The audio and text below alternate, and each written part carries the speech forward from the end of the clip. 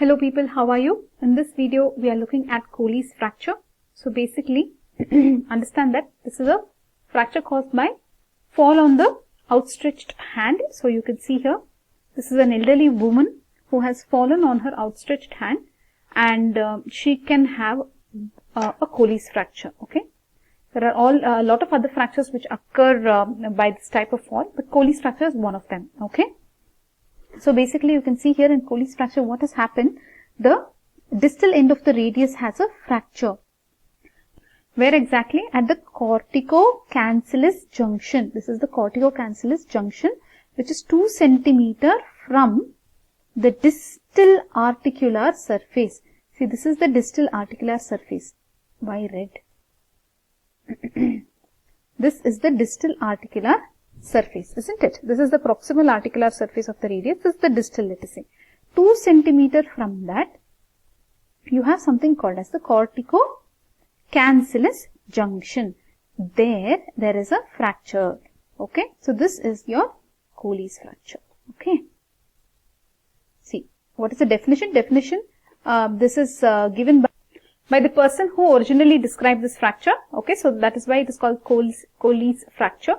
So basically, you can see that where is the fracture? It occurs, they are saying here within an inch and a half of the inferior articular surface of the radius, which is nothing but the distal articular surface of the radius, right? It's the same thing. They are saying that there may or may not be an ulnar fracture. There may or may not be a problem with the radio-ulnar joint. Take a look at where exactly we are. We are around the wrist, right? There are so many type of fractures, and the Colles fracture is one of them. See here, there is something called as eponym. That means these fractures are named after the person who described the fracture. Okay, so all these are eponyms except the scaphoid one. Scaphoid is obviously the name of the bone, right? Eponyms, all these are eponyms. Colles fracture also is an eponym. Okay. Now coming to forearm fractures, there are so many fractures that can happen right in your forearm, and Colles fracture is one of them. And when you fall in an outstretched hand, it's not that you have to have only Colles fracture. There are so many fractures that you can have. Okay, Colles fracture is just one of them. Now there is something called a Smith's fracture, which is called as a reverse Colles fracture. Okay, so basically here you can see here the same cortico-cancellous junction of the distal end of radius. Same thing, right? It is also having the same place. There is a problem, right? But there is a ventral tilt. Okay. In Smith's fracture, there is a ventral tilt, but in Colles fracture, there is a dorsal tilt. As of now, that may be too much to understand, so don't bother. Just remember that there is a reverse Colles fracture, which is nothing but Smith's fracture. Now, when you fall on outstretched hand, what will happen? You can have so many types of fractures, right? It's not just that you can have only Colles fracture. Look at this. From distal to proximal, we are telling you. Distal, you can have scaphoid fracture, Colles fracture.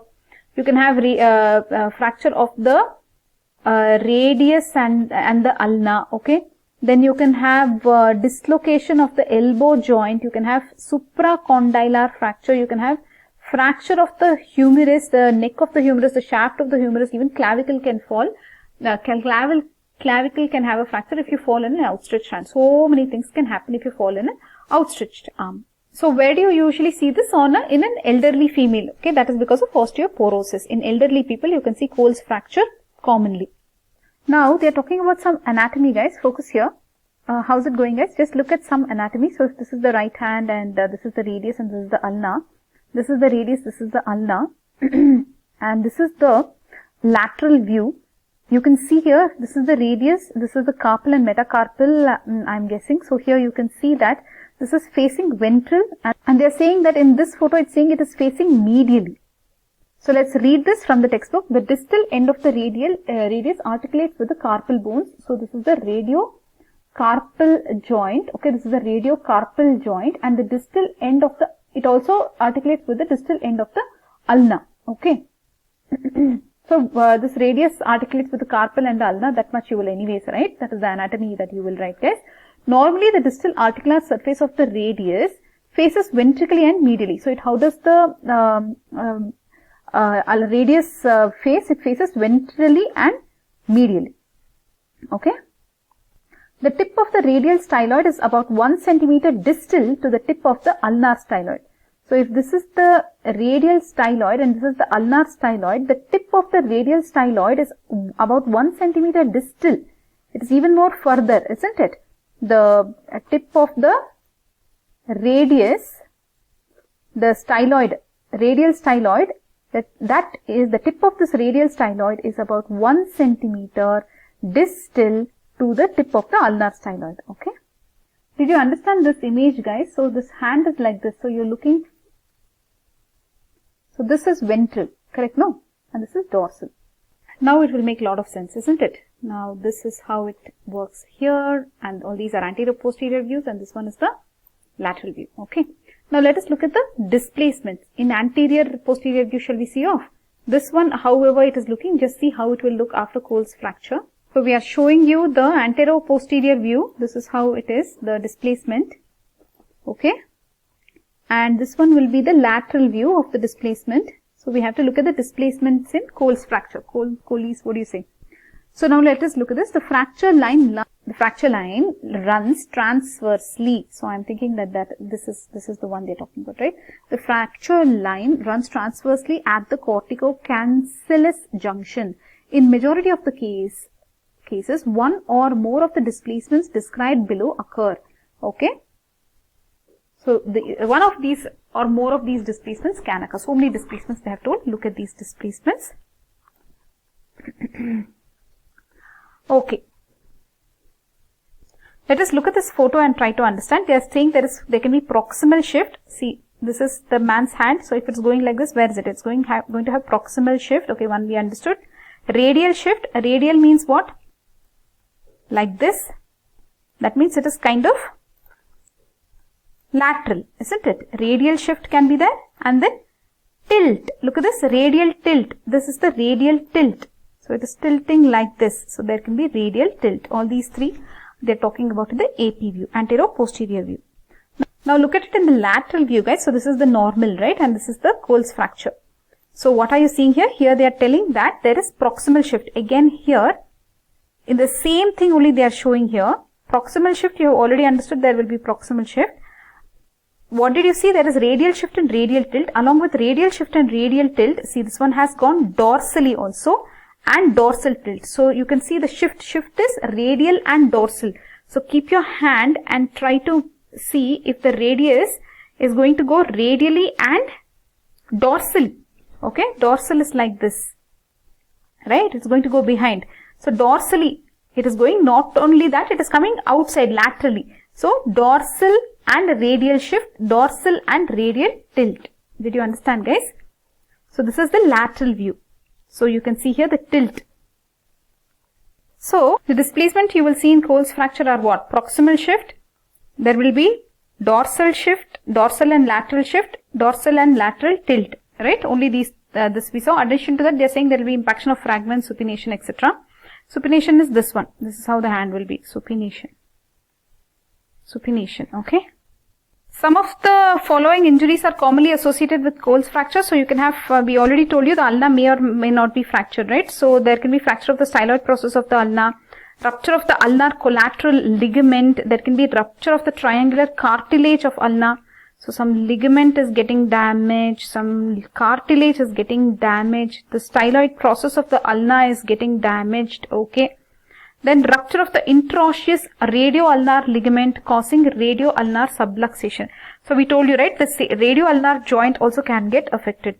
So that's what we saw in the definition. These things may or may not happen, okay. We have reached the diagnosis, guys, of Colles fracture. Yay. So what will you do?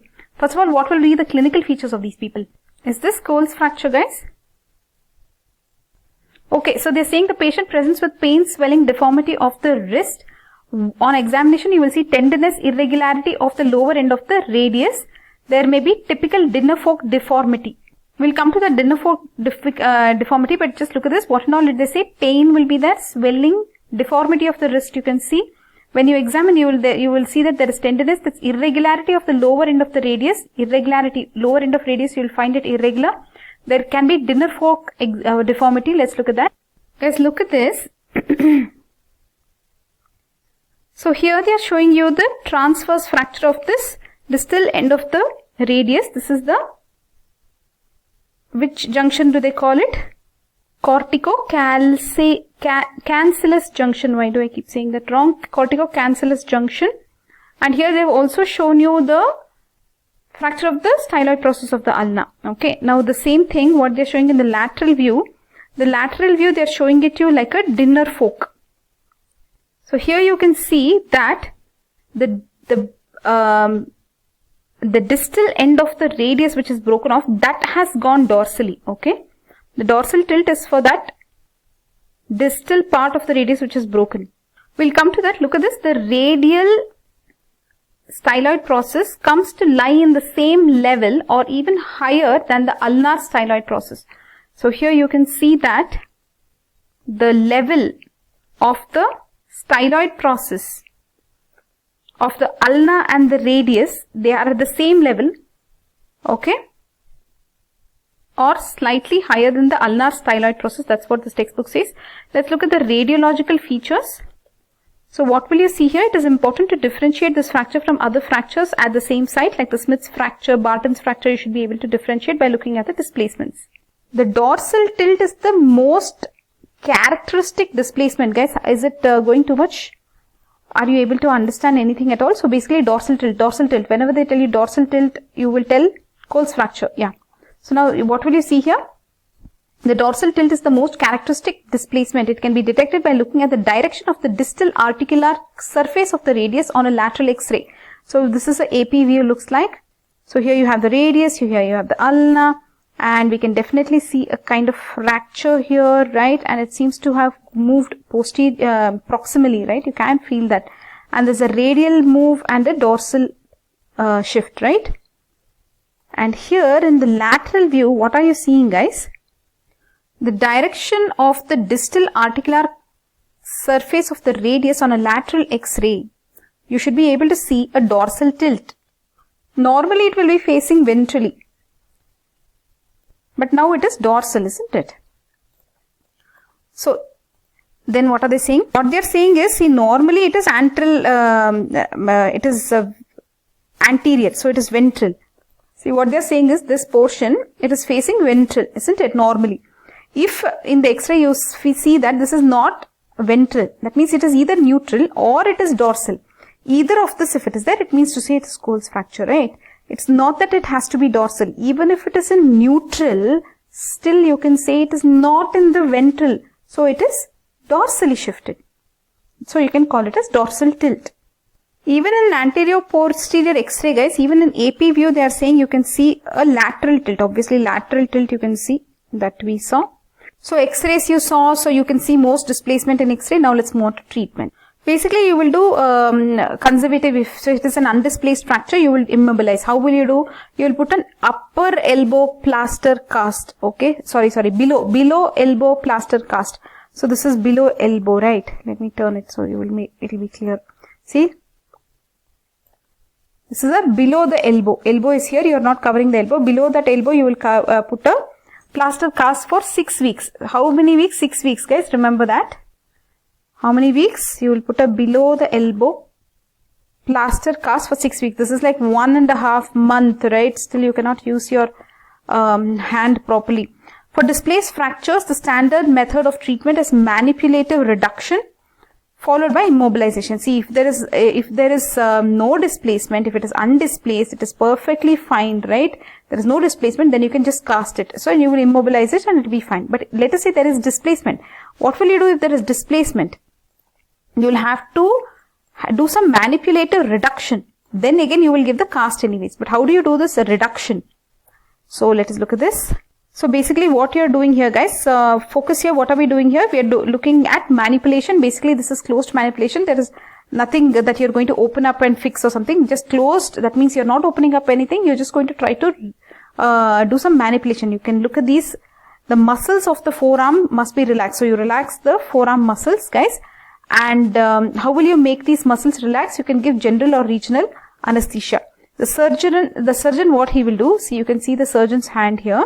He is going to grasp the injured hand as if he was shaking hands. See here? So this is the surgeon on this side and here's the patient on this side. So the surgeon is going to grasp the injured hand as if he was shaking hands. The first step is to disimpact the fragments which have often been driven together. How do you do that? So basically, firm longitudinal traction to the hand against counter traction by an assistant who grasps the arm above the flexed elbow. So this is an assistant who is grasping the arm above the flexed elbow. Okay, what will you do here? This is traction and this is counter traction. So, firm longitudinal traction against a counter traction. Counter traction is by the assistant. Okay, next. So, what will this do? This will disimpact the fragments which have often been driven together. Disimpact them, all these fragments. Is it becoming too much, guys? Just focus. Then we will look at the next one. Okay, they are saying that sometimes you don't need to do counter traction, only traction may be enough to fix these fragments sometimes, so some displacements. Okay, now what he will do, the surgeon now presses the distal fragment into palmar flexion and ulnar deviation using the thumb of his other hand. Now I am trying to understand. Is this the surgeon's other hand? And when they do this, see, the hand will become pronated. This is a pronated hand. You can see it, right? It's pronated. So what are they telling here? So the distal fragment, whatever was there, they have pressed it into palmar flexion and ulnar deviation. So basically it was deviated radially, right? Radially and what was it? Dorsally. So here what they are doing, they are making the palmar flexion and ulnar deviation. So that should fix it, right? Because it was deviated radially. So they are trying to undo that. So how does he do that? He uses the thumb. He uses the thumb of his other hand. Okay, as this is done, the patient's hand is drawn into pronation. So now the hand is pronated, and there is palmar flexion and ulnar deviation. So there is palmar flexion and ulnar deviation. Ulnar means what? Medial. Same thing they are showing here, right? Between these two, what do you see? Then what they will do, they will cast this. The plaster cast is applied extending from below the elbow to the metacarpal heads. Look at this, they are giving some type of block.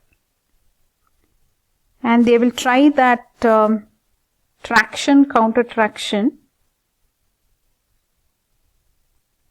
But he was supposed to shake his hand, right? That part they did not show, where they shake the patient's hand. Look at this. They are showing you traction, flexion.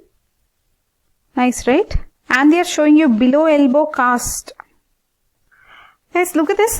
Plaster cast is applied extending from below the elbow to the metacarpal heads, maintaining the wrist in palmar flexion and ulnar deviation. So you should maintain the position that you have brought it in. You have brought it to what? You have brought it to palmar flexion, you can see here, and ulnar deviation. Ulnar deviation is like this, right? So you would have brought it to ulnar deviation and palmar flexion. This is the Colles cast. You will keep this. So basically, in this, you are not involving the elbow joint. Elbow joint is not immobilized. Remember this. And the wrist is not immobilized in the functional position. Okay. It is not, normally you do all this. You will immobilize the joint in the functional position. But no, here you are not immobilizing it in the functional position, right? You are trying to keep what? You are trying to keep palmar flexion and ulnar deviation. So you will take X-ray to check the success of the closed reduction. If you want to take X-ray via this cast also, then you should use that new one, right? That fiberglass technology you'll have to use, because POP and all won't help to take X-ray, isn't it? So basically, you should also look in these X-rays for the correction of the dorsal tilt, okay? As soon as this plaster dries, right, you should ask the patient, you should encourage the patient to move the fingers, and the shoulder and elbow joints he should move in full range, because shoulder is not immobilized, remember. He should be able to move the shoulder nicely. And sorry, I'm saying elbow is not immobilized. So he should be able to use the elbow and all nicely. Shoulder, elbow, everything he should move. Fingers also he should move. Then, so every week for 3 weeks they will keep taking X-rays and checking, okay? Then you will remove the plaster after 6 weeks. So after 6 weeks, when you remove this plaster, joint mobilization and muscle strengthening exercises, you will start for the wrist and the fingers. So whatever joint which you have immobilized, which one? Wrist joint, isn't it? So basically, this joint you will mobilize, the muscles you will strengthen, exercises, everything you will teach. See guys, what they're saying is this Colles fracture, right? Basically, the redisplacement chances are high if it is a comminuted fracture. In elderly people, malunion is acceptable kind of a thing, okay? Because it is compatible with useful functions and is acceptable. That's what the textbook says. In young people, what happens? You need a more aggressive approach to this Colles fracture. So what they will do, these fractures, what they will transfix percutaneously using 2 K wires, okay? And then they will put this plaster in young people. Young adults, they're saying. So these fractures are sometimes transfixed percutaneously using 2 K wires, which are incorporated in the plaster cast, okay? Then what else? They're talking about external fixator is used to keep the fracture distracted so that the stretched ligaments and periosteum keep the comminuted fragments in place. So that is called as ligamentoraxis.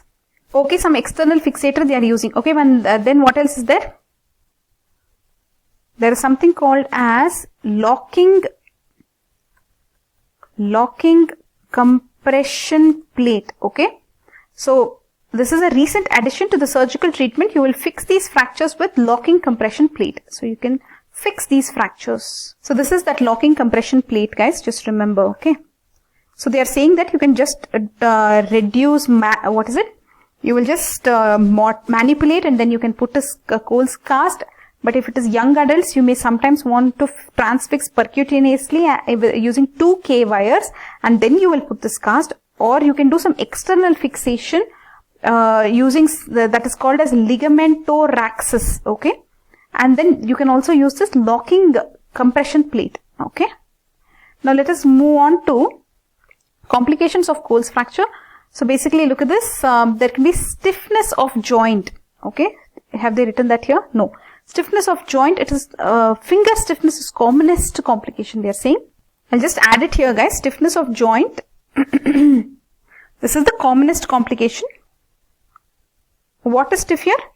Finger stiffness is most common, okay? That's why they told move your fingers, move your elbow, shoulder, all that, okay? Then, malunion. Colles fracture will unite, okay? But malunion occurs, they told you especially in elderly. Didn't they say that? And the cause of malunion is redisplacement of the fracture within the plaster, okay? So that a dinner fork deformity results. Look at this. They're showing the dinner fork deformity here. Lateral view of wrist and hand showing malunited Colles fracture with the classical dinner fork deformity. Within the fracture itself, within the cast itself, there can be this dinner fork deformity which forms. But this is only mostly cosmetic, but it will not hamper any day-to-day activities, okay? So they don't say it need, they are not saying that it needs treatment exactly, okay? Okay, now let us go to the third one, subluxation of the inferior radio-ulnar joint. Which joint? The down one, the distal one. Radio-ulnar joint, there can be subluxation, right? Shortening of the radius because of the impaction of the distal fragments. So what will happen? So what will happen here, wrist movements, the ulnar deviation, the rotations of the forearm, these will be very painful, okay, for these people. The head of the ulna becomes unduly prominent. Wrist movements, especially the ulnar deviation and the forearm rotations are painful, okay. How will you treat the subluxation of the inferior radio-ulnar joint? How will you treat it? A minor degree of displacement you can accept, especially in elderly people, we told you, okay. But otherwise, in other people where you need to do this, you have to fix the subluxation of the inferior radio-ulnar joint, you will have to excision of the lower end of the ulna. They said, right, the head of the ulna becomes unduly prominent, so you will have to excise the lower end of the ulna. That is called as Darrach's resection. See, one thing is, head of radius is proximal, but head of ulna is here, it is distal actually. Okay, the next one they're talking about is the carpal tunnel syndrome. Let's promote this here. So carpal tunnel syndrome, so what will happen, it is an uncommon complication, so it doesn't happen much, looks like. It occurs on a long time after the fracture unites. So after this fracture unites and all, then this can happen. What is happening here is compression of the median nerve, that you know, right? And because of this callus that is forming, right? Because of the fracture callus, that can compress this median nerve. Where will the median nerve be? Should we draw and show you? And what is that? Flexor retinaculum, right? So here. So once this median nerve gets compressed, what will happen? Carpal tunnel syndrome. So basically, the median nerve is compressed in the carpal tunnel. So how will you treat? You will decompress the carpal tunnel. The next one the textbook talks about is the Sudeck's osteodystrophy. Colles fracture is the commonest cause of the Sudeck's dystrophy in the upper limb. Okay, this is the upper limb, yes. So what will happen when you remove the plaster? After the plaster is removed, the patient will complain of pain, stiffness and swelling of the hand. Pain, stiffness and swelling of what? The hand. After you remove the plaster. The overlying skin appears stretched and glossy. So what is happening here? So you will have to do some intense physiotherapy as a treatment. But they didn't explain what exactly is happening. See, basically what they're saying here, it is also called as reflex sympathetic dystrophy, complex regional pain syndrome. Okay, something. Look at this. Basically, pathogenesis, they're talking about release of catecholamines, norepinephrine following injury, inflammation and immune response. So here are the signs and symptoms. Here they are showing some image. Fracture with Sudeck's osteodystrophy. And how will you treat it? You will reduce sympathetic overactivity. They are giving opiates, anti-inflammatory analgesics, antidepressants, anti-epileptics, calcitonin, corticosteroids, steroids, interventional therapy, physiotherapy basically, okay. They can also do a sympathetic nerve block, spinal cord stimulation, intrathecal drug pump. So many options are there. Then last one they're talking about is rupture of the extensor pollicis longus tendon. So let's understand this one. So this is the last one that you have to look at, guys. Rupture of the extensor pollicis longus tendon. Okay, so where is this extensor pollicis longus and its tendon? So I'm thinking this is the tendon. So here is the fracture somewhere, right? So somewhere here the tendon, rupture of this tendon, if it happens, this is an extremely rare complication and occurs a long time after the fracture has united. So the fracture has completely united. Maybe there is a malunion or something. So there is friction, you know, friction because of this malunion. There can be a friction because of which this tendon is affected, or there is a blood supply problem, loss of blood supply to the tendon at the time of this fracture. So that also could have happened, okay. So how will you treat this? You'll have to do tendon transfer. You will have to take extensor indicis. Okay. They are saying extender indicis to extensor pollicis longus. So this is extensor pollicis longus which has been shown here, which is going to be affected. They are planning to do tendon transfer. How? From extensor indicis.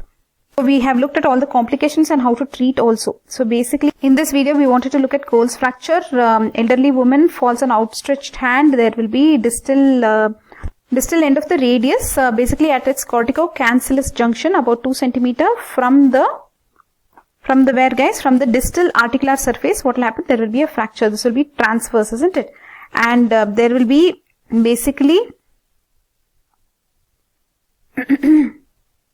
what types of displacements will be there? You need to know all the displacements. So you have looked at the displacements. There will be proximal shift, radial shift and radial tilt. And you will also see that there is dorsal shift and dorsal tilt. Okay. There can be impaction of fragments. In severe cases, there can be supination. And there can be associated fracture of ulna, etc., of the ligament, cartilage, etc. There can be subluxation of this radio-ulnar joint, which you should know. Then, what else did you see? Clinical features, they'll come with pain, swelling. What else did you see?